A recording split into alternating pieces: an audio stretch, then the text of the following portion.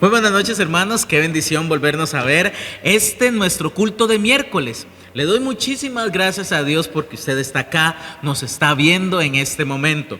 Esperamos que Dios pueda tocar nuestros corazones mediante su palabra. Hoy vamos a tener una especie de cierre, un poquito vamos a cerrar lo que estuvimos hablando sobre el Apocalipsis. Ahora, no vamos a tocar exactamente el libro de Apocalipsis, sino que vamos a enfocarnos en la promesa más linda y más maravillosa que estamos anhelando, que nos hizo nuestro Señor Jesucristo, y es su regreso. Hoy vamos a estar hablando exactamente de su regreso. ¿Cómo vivir? ¿Cómo debemos vivir esta vida mientras estemos en el cuerpo, esperando y anhelando el regreso de Cristo? ¿Qué significa esperar el regreso de Cristo? Bueno, de eso es lo que vamos a hablar en esta noche. Pero antes quiero pedirle que pueda acompañarme en una palabra de oración. Vamos a estar orando. ¿Me acompaña, por favor? Oremos. Señor Dios y Padre, te doy gracias por el día de hoy. Señor, toma el control de todo lo que vayamos a decir en este momento, para que sea tu Espíritu Santo quien controle cada una de las palabras, Señor. Toma el control de todo, Señor. En el nombre precioso de Cristo Jesús oramos. Amén. Amén. Estamos listos ahora para escuchar y hablar sobre ese día del Señor, el día que Cristo más bien va a venir a recogernos, a rescatarnos, a liberarnos. Cuando Cristo va a venir por nosotros, conocido como el rapto, como el arrebatamiento. Durante varias veces he escuchado repetidamente una frase que dice más o menos lo siguiente: la historia es cíclica. Cuando alguien dice que la historia es cíclica, es que se repite, que es un círculo.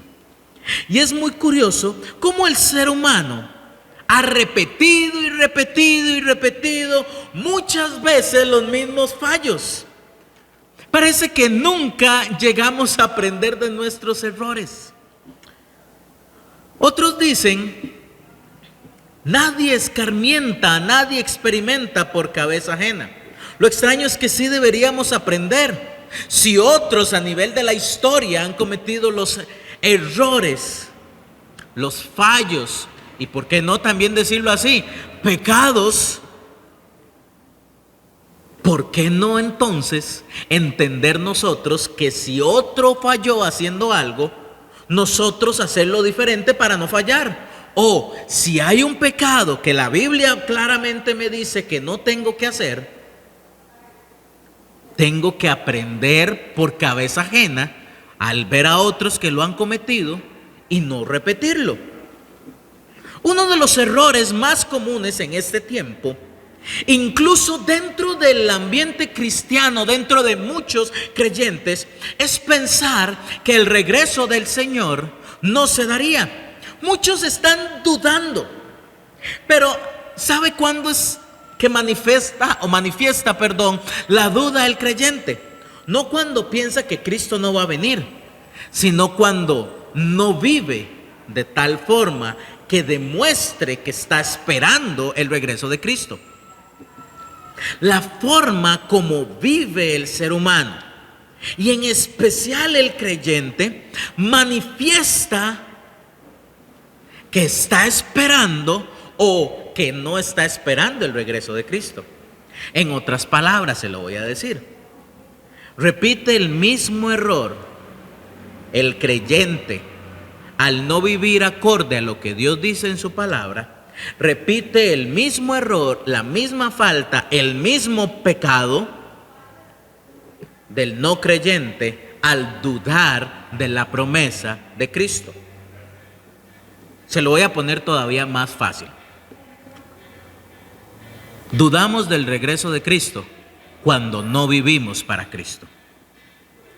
Cuando una persona dice que cree en Dios y realmente anhela el regreso de Cristo, vive de una forma tal que procura mantener su vida limpia y alejada del mal, alejada del pecado. Una persona que dice que cree y vive su vida para hacer lo que le plazca y no lo que le agrada a Dios. Voy a repetir eso. Una persona que vive para hacer lo que le plazca a sí mismo y no para agradar a Dios, lo que ocurre es que manifiesta que realmente no está anhelando, no está esperando el regreso de Cristo, porque su forma de vivir no lo demuestra. Muchos afirman que el regreso de Cristo se ha estado hablando desde hace mucho tiempo y que como se ha hablado de hace tanto tiempo y no se ha dado, entonces es porque es falso. El problema de esta afirmación es que Cristo prometió que vendría.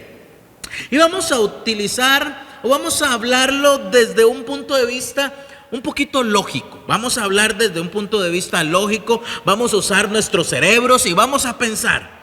La Biblia ha cumplido alrededor de un 90% de las profecías que se habían anunciado. Se han cumplido 90% de las profecías tal como se había dicho, con detalles tan minuciosos. El otro restante 10% está por cumplirse.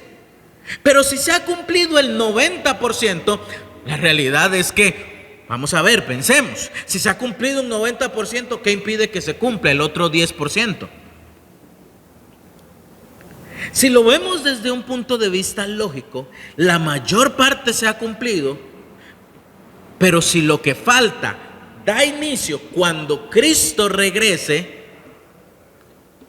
¿qué implica que no se cumpla lo que hace falta? Por otro lado, muchos afirman que Cristo se ha tardado. Sin embargo, esta posición tiene un pequeño error bastante grande. Veámoslo así. ¿Cómo podemos afirmar que Cristo se ha tardado si nunca dijo cuándo iba a regresar?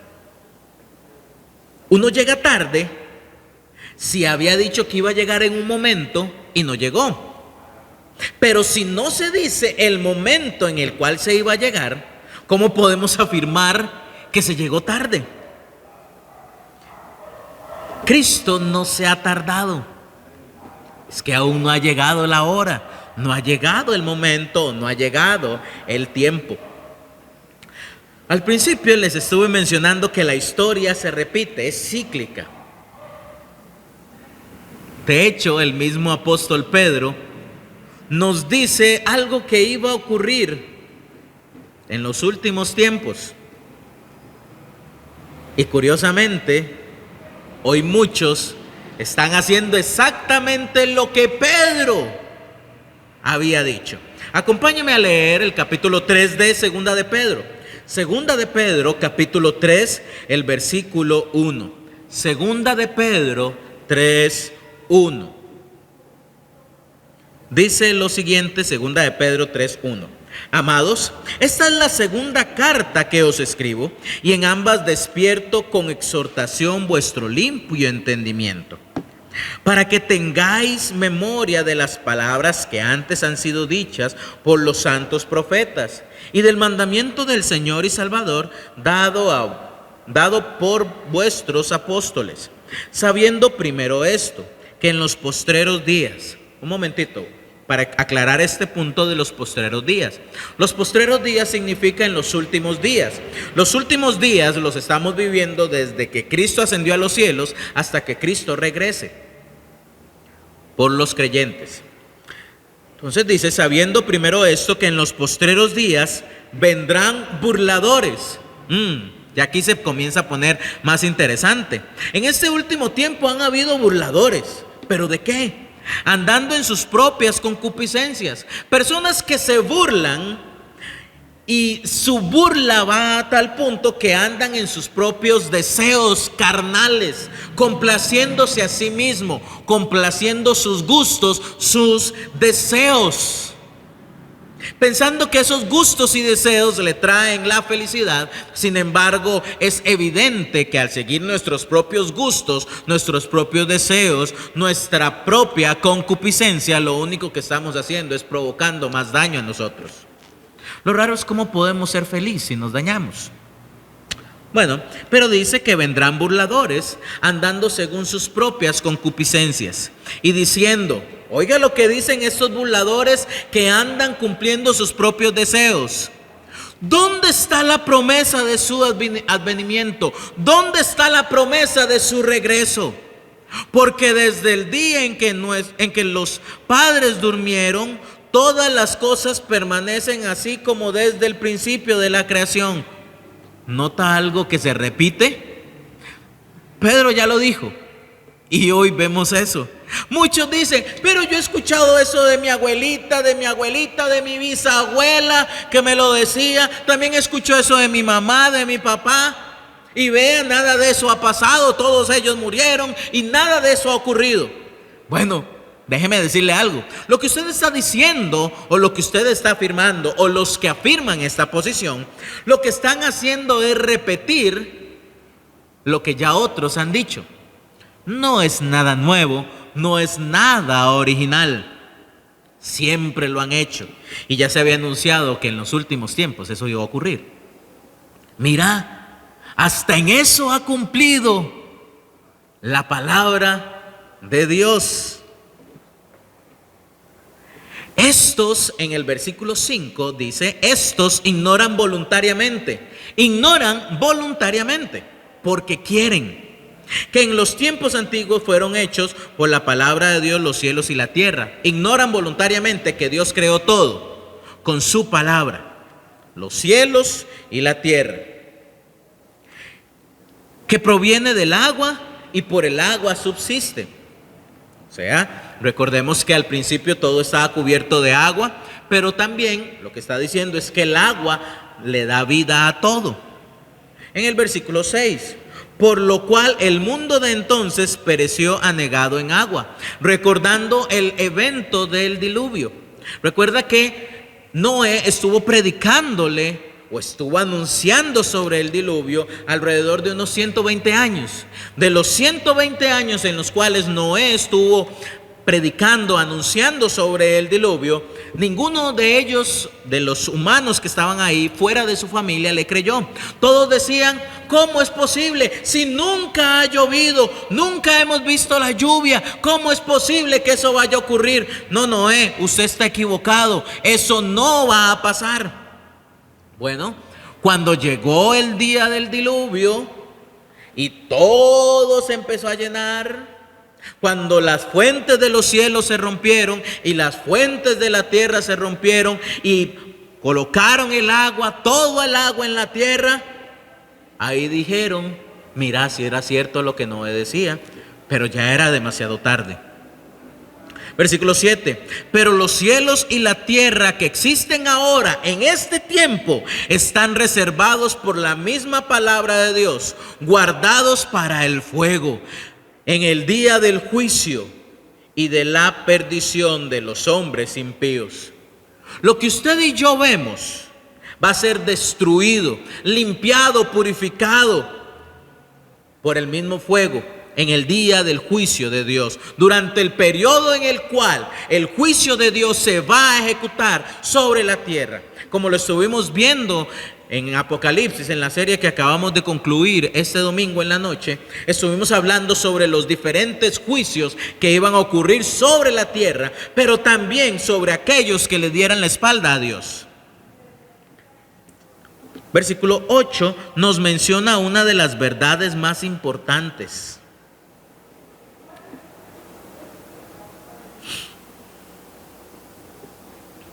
Pero antes de decirles eso, notó como muchos se burlan en ese tiempo. Cristo va a regresar. Cristo lo va a hacer porque Él lo prometió. Y aunque muchos se burlen, tergiversando y torciendo pasajes de la Biblia, Cristo va a venir. Y no es nada nuevo aquellos que se burlan de que Cristo no haya regresado. De hecho,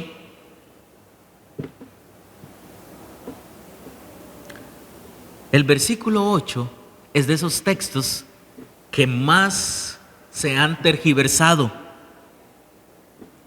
Versículo 8 dice lo siguiente: mas, oh amados, no ignoréis esto, no lo pase por alto, que para el Señor un día es como 1000 años, y 1000 años es como un día. Muchos afirman que dentro del reloj de Dios, este texto lo que está diciendo es que un día en la mente de Dios equivale a 1000 años nuestros. O sea que la creación, desde el momento en el que Dios creó, desde el principio hasta el final, durante todos esos 7 días que Dios creó, no duraron 7 días, sino duraron 7000 años. Eso es lo que muchos afirman, porque dicen que un día para el Señor es como 1000 años para nosotros. Pero usted sabe que eso no es lo que dice ese versículo. Este versículo no dice eso. Y el error proviene de solamente leer la primera parte. Porque lo que dice es que para el Señor un día es como 1000 años y 1000 años como un día. En Génesis lo que dice es que fue la tarde y la mañana del día primero, fue la tarde y la mañana del día segundo, días de 24 horas. O sea que en 24 horas, en menos de 24 horas, Dios fue capaz de hacer toda la creación. En un día. Y por lo tanto, cada día iba haciendo algo diferente hasta llegar a 6 días y al séptimo descansó. Pero son días literales, días de 24 horas. Pero ¿cómo está tan seguro que para el Señor un día no es igual a 1000 años nuestros? Bueno, porque el versículo dice después, y 1000 años como un día. Lo que este versículo nos está tratando de decir es que para Dios el tiempo no le afecta. Dios no es controlado por el tiempo. Dios no es afectado por los años. Recordemos lo que está ocurriendo. Recordemos que Dios está hablándonos aquí en este texto de los que se burlan porque estamos esperando el regreso de Cristo. Y que muchos dicen que Cristo se ha tardado. No es que se haya tardado, es que no es el tiempo. Y Dios no es limitado por el tiempo como si somos limitados por el tiempo nosotros. Y como Dios no es limitado por el tiempo, es que Él no ha venido, no se ha tardado. Lo que pasa es que no es el momento. Pero ¿por qué no es el momento? Bueno, el momento no es porque el versículo 9 lo dice, y dice que el versículo 9 que el Señor no retarda su promesa, según algunos la tienen por tardanza, sino que es paciente para con nosotros, no queriendo que ninguno perezca, sino que todos procedan al arrepentimiento. El propósito por el cual Cristo no ha regresado es porque no es el tiempo y porque desea que todos procedan al arrepentimiento. Desea que todos puedan conocer a Cristo como Salvador personal. Pero de que vendrá, vendrá. Él lo prometió. Por eso el versículo 10 dice lo siguiente: pero el día del Señor vendrá como ladrón en la noche. Y nota la comparación que utiliza: como ladrón en la noche, sin nadie esperarlo. Si usted supiera que un ladrón va a llegar a su casa, usted se va a preparar. Se va a alistar, tal vez va a estar a la puerta esperando que el ladrón entre para usted recibirlo y golpearlo, o incluso usted llamaría a la policía. Pero usted estaría atento, estaría vigilante, estaría listo, estaría preparado si usted supiera la hora en la que el ladrón va a llegar a su casa.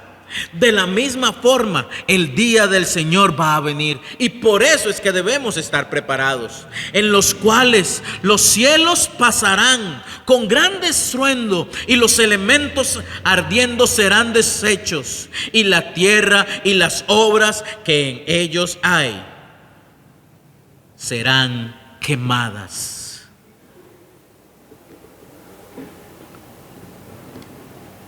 Cuando Cristo venga, lo que usted y yo vemos hoy, todo eso va a cambiar. Puesto que todas estas cosas han de ser deshechas, ¿cómo no debéis vosotros andar en santa y piadosa manera de vivir?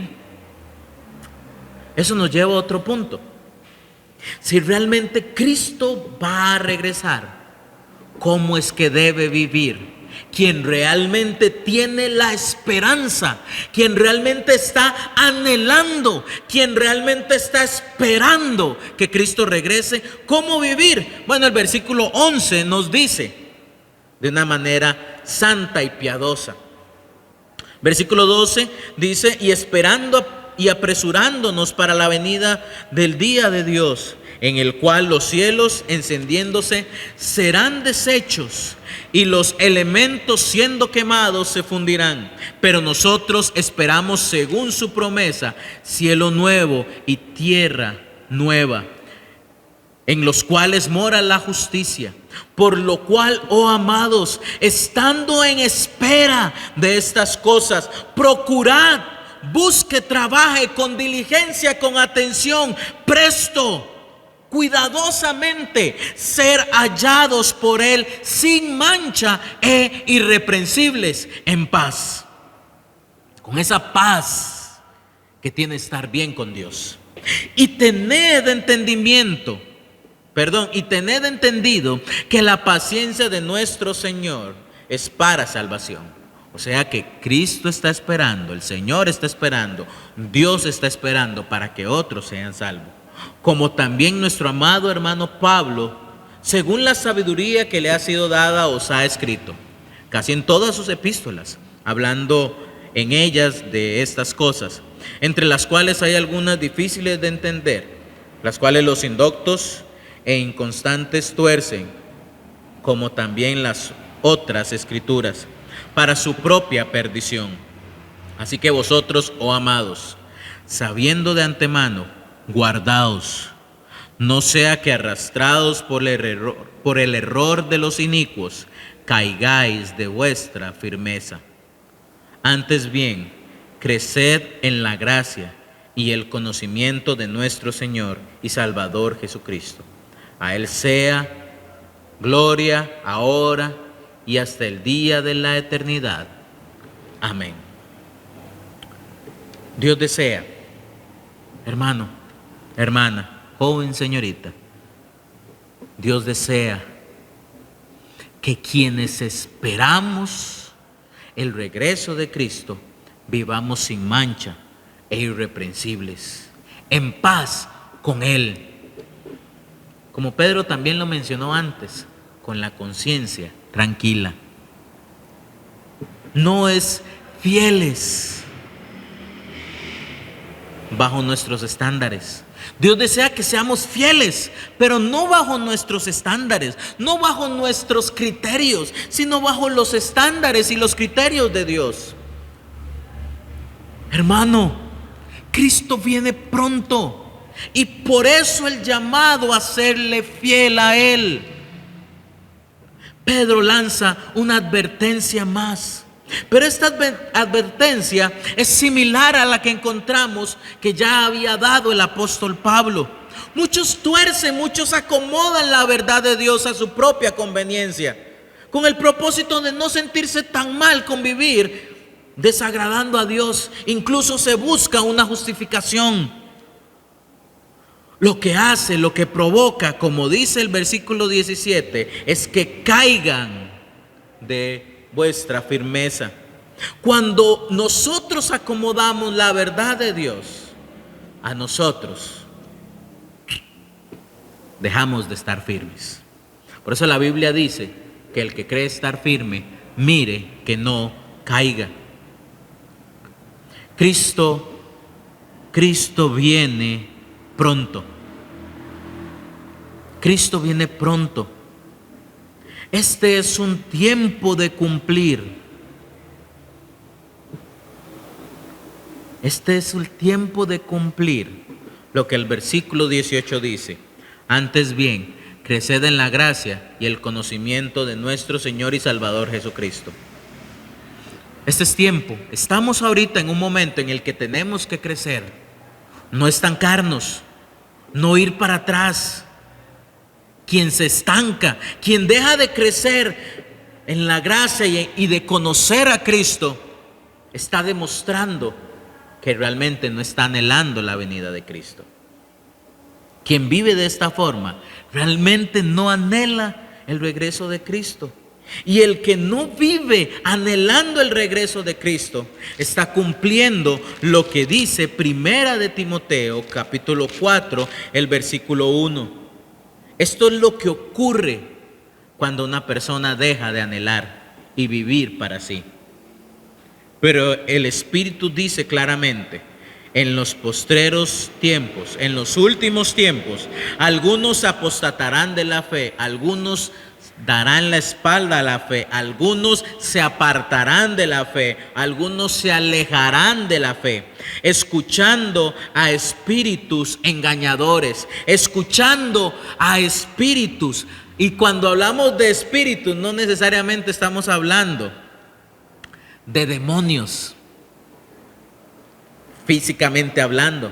También podemos estar hablando de personas, a espíritus, a personas engañadoras que nos endulzan y nos hacen sentir bien, nos dicen lo que queremos escuchar. Pero no solamente de personas, sino también a doctrinas de demonios, a enseñanzas falsas, enseñanzas contrarias a la palabra de Dios. Quien no vive para anhelar el regreso de Cristo, vive para alejarse de Cristo. Quien anhela el regreso de Cristo, vive para Él. Y dígalo conmigo, repítalo conmigo. Quien anhela el regreso de Cristo, vive para Él. Vamos a hacer algo, digámoslo de una forma más personal. Si anhelo el regreso de Cristo, vivo para Él. Si anhelo el regreso de Cristo, yo vivo para Él. Eso es anhelar, eso es esperar el regreso de Cristo, vivir para Él. Oremos. Señor, muchísimas gracias por tu amor, por tu misericordia. Te suplico, Señor, que ayudes a mis hermanos, amigos, a mí mismo, a vivir de tal forma que te seamos agradables, vivir de tal forma que manifestemos que estamos esperando, deseando que tú regreses, porque estamos cuidando nuestra vida de agradarte a ti, Señor. Te lo pedimos, Padre Celestial, en el nombre de Jesús. Amén. Muchísimas gracias, hermanos, por haberme escuchado en esta noche. Le pido a Dios que toque su corazón, como ha tocado también el mío. Este domingo también, si Dios lo permite, vamos a estar celebrando el Día de las Madres, tanto en el culto de las 11 de la mañana como el culto de las 5. No se lo pierda, hermanos. Muy buenas noches y que el Señor les bendiga. Estudie en su casa, a la hora que quiera. Hágalo en privado o en familia. Ministerio Fuente de Luz, iluminando con la palabra de Dios. Todo el estudio de las Sagradas Escrituras lo encontrarás en Fuente de Luz, con un extenso catálogo de estudios bíblicos que te ayudarán a adquirir de manera amena y conveniente el conocimiento de las verdades bíblicas. Fuente de Luz, con el estudio de la palabra de Dios.